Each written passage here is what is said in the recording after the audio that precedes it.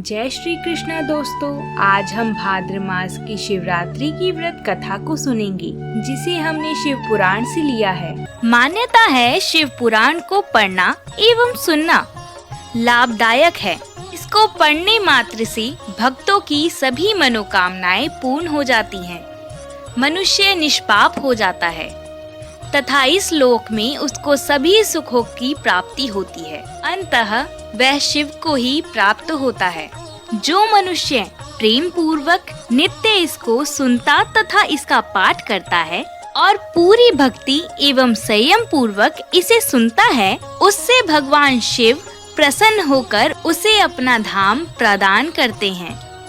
आइए इससे जुड़ी एक पौराणिक कथा सुनते हैं, जिससे शिव पुराण की महिमा का हमें ज्ञान हो।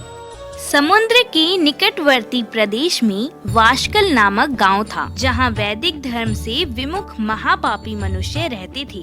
वे सभी दुष्ट थे एवं उनका मन दूषित विषय भोगों में ही लगा रहता था। वे देवताओं एवं भाग्य पर विश्वास नहीं करते थे। वे सभी कुटिल वृत्ति वाले थे, किसानी करते थे और विभिन्न प्रकार के अस्त्र शस्त्र रखते थे। वे इस बात से पूरी तरह अनजान थे कि ज्ञान, वैराग्य और सधर्म ही मनुष्य के लिए परम पुरुषार्थ है। अन्य समुदाय के लोग भी उन्हीं की तरह बुरे विचार रखने वाले धर्म से विमुख थे।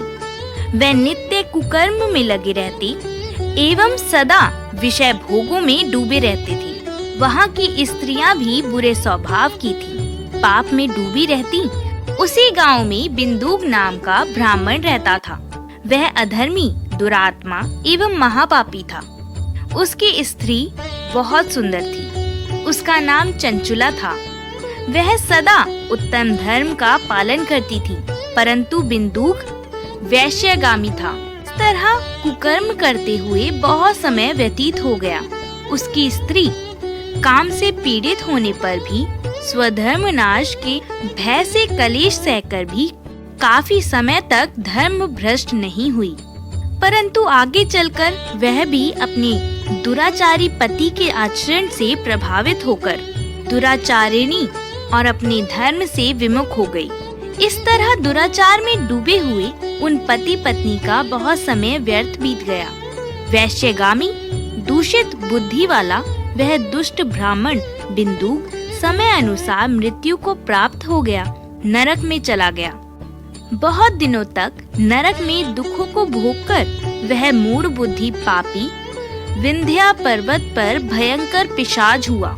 इधर उस दुराचारी बिंदुक के मर जाने पर चंचुला बहुत समय तक पुत्रों के साथ अपने घर में रहती रही। पति की मृत्यु के बाद वह भी अपने धर्म से गिरकर पर पुरुष का संग करने लगी थी। एक दिन देवयोग से किसी पुण्य पर्व के आने पर वह अपने भाई बंधुओं के साथ गोकर्ण क्षेत्र में गई। उसने तीर्थ के जल में स्नान किया एवं बंधु जनों के साथ यहाँ वहाँ घूमने लगी। घूमते घूमते वह एक देव मंदिर में गई। वहाँ उसने एक ब्राह्मण के मुख से भगवान शिव की परम पवित्र एवं मंगलकारी कथा सुनी। कथावाचक ब्राह्मण कह रहे थे कि जो स्त्रियां व्यभिचार करती हैं, वह मरने के बाद जब यमलोक जाती हैं, तब यमराज के दूत उन्हें तरह तरह के यंत्रणा देते हैं। वह उसके कामांगों को तपत लोह डंडों से दागते हैं, तपत लोह के पुरुष से उसका संसर्ग कराते हैं। ये सारे दंड इतनी वेदना देने वाले होते हैं कि जीव पुकार पुकार कर कहता है कि अब वह ऐसा नहीं करेगा, लेकिन यमदूत उसे छोड़ते नहीं। कर्मों का फल तो सभी को भोगना पड़ता है। देव, ऋषि, मनुष्य सभी इससे बंधे हुए हैं। ब्राह्मण के मुख से यह वैराग्य बढ़ाने वाली कथा सुनकर चंचुला भय से व्याकुल हो गई। कथा समाप्त होने पर सभी लोग वहाँ से चले गए।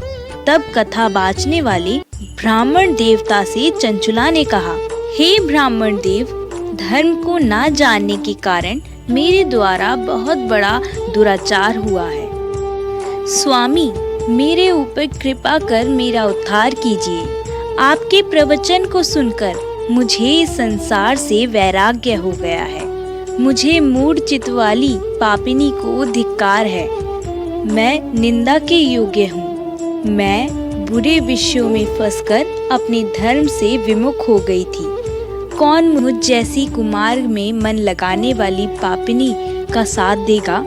जब यमदूत मेरे गले में फंदा डालकर मुझे बांध कर ले जाएंगे और नरक में मेरे शरीर के टुकड़े करेंगे, तब मैं कैसे उन महायातनाओं को सहन कर पाऊंगी? मैं सब प्रकार से नष्ट हो गई हूँ, क्योंकि अभी तक मैं हर तरह से पाप में डूबी रही हूँ। हे ब्राह्मण देव, मैं आपकी शरण में आई हूँ, मेरा उद्धार कीजिए। इस प्रकार विलाप करती हुई चंचुला ब्राह्मण देवता के चरणों में गिर पड़ी। तब ब्राह्मण देव ने उसे कृपा पूर्वक उठाया। ब्राह्मण देवता बोली, नारी, तुम सौभाग्यशाली हो, जो भगवान शंकर की कृपा से तुमने वैराग्यपूर्ण शिव पुराण की कथा सुनकर समय से अपनी गलती का एहसास कर लिया है। तुम डरो मत और भगवान शिव की शरण में जाओ। उनकी परम कृपा से तुम्हारे सभी पाप नष्ट हो जाएंगे। मैं तुम्हें भगवान शिव की कथा सहित वह मार्ग बताऊंगा जिसके द्वारा तुम्हें सुख देने वाली उत्तम गति प्राप्त होगी। शिव पुराण पढ़ने से तथा शिव कथा सुनने से तुम्हारी बुद्धि शुद्ध होगी और तुम्हें पश्चाताप हुआ है। जो मनुष्य अपने कुकर्म के लिए पश्चाताप नहीं करता, वह उत्तम गति प्राप्त नहीं करता, परंतु जिसे अपने कुकर्म के लिए पश्चाताप हो, वह अवश्य उत्तम गति का भागीदार होता है। इसमें कोई शक नहीं है। शिव पुराण की कथा सुनने से चित्त की शुद्धि एवं मन निर्मल हो जाता है। शुद्ध चित्त में ही भगवान शिव व पार्वती का वास होता है। यह सदा शिव को ही प्राप्त होता है। इस कथा का श्रवण सभी मनुष्य के लिए कल्याणकारी है। यह कथा भव बंधन रूपी रोग का नाश करने वाली है। भगवान शिव की कथा सुनकर हृदय में उसका मनन करना चाहिए। इससे चित्त की शुद्धि होती है। हे ब्राह्मण पत्नी, तुम अन्य विषयों से अपने मन को हटाकर भगवान शंकर की इस परम पावन कथा को सुनो। जो मनुष्य निर्मल हृदय से भगवान शिव के चरणों का चिंतन करता है, उसकी एक ही जन्म में मुक्ति हो जाती है। यह कहकर ब्राह्मण चुप हो गए। उनका हृदय करुणा से भर गया। वे ध्यान में मग्न हो गए। ब्राह्मण का उक्त उपदेश सुनकर चंचुला के नेत्रों में आनंद के आंसू छलक गए। वह हाथ जोड़कर बोली, कृपा कर उस अमृतमय शिव पुराण कथा को सुनने के लिए मेरे मन में बड़ी श्रद्धा हो रही है। आप मुझे उसे सुनाइए।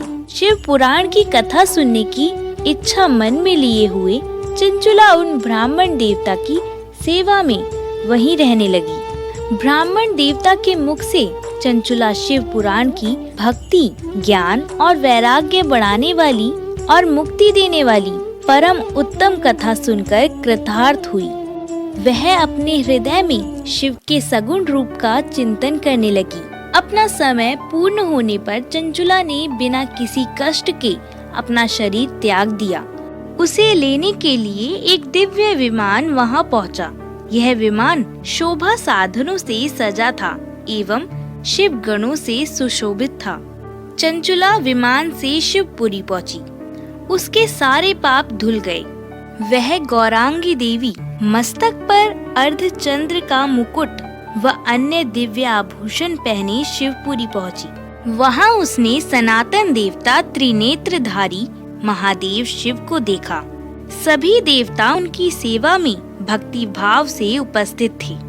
उनकी अंग कांति करोड़ों सूर्यों के समान प्रकाशित हो रही थी। मस्तक पर अर्धचंद्रकार मुकुट शोभ्यमान हो रहा था। कंठ में नील चिन्ह था। उनके साथ में देवी गौरी विराजमान थी, जो विद्युत पुंज के समान प्रकाशित हो रही थी। इस प्रकार भगवान शिव के परम उज्जवल रूप के दर्शन कर चंचुला बहुत प्रसन्न हुई। उसने भगवान को बारंबार प्रणाम किया और हाथ जोड़कर प्रेम, आनंद और संतोष से युक्त खड़ी हो गई। उसके नेत्रों से आनंद के अश्रु की धारा बहने लगी। भगवान शंकर व भगवती गौरी उमा ने करुणा के साथ सौम्य दृष्टि से देखकर चंचुला को अपने पास बुलाया। गौरी उमा ने उसे प्रेम पूर्वक अपनी सखी बनाया। चंचुला सुख पूर्वक भगवान शिव के धाम में उमा देवी की सखी के रूप में निवास करने लगी। अगर आपको ये वीडियो अच्छी लगी हो तो वीडियो को लाइक, सब्सक्राइब एंड शेयर करना ना भूलें। हर हर महादेव।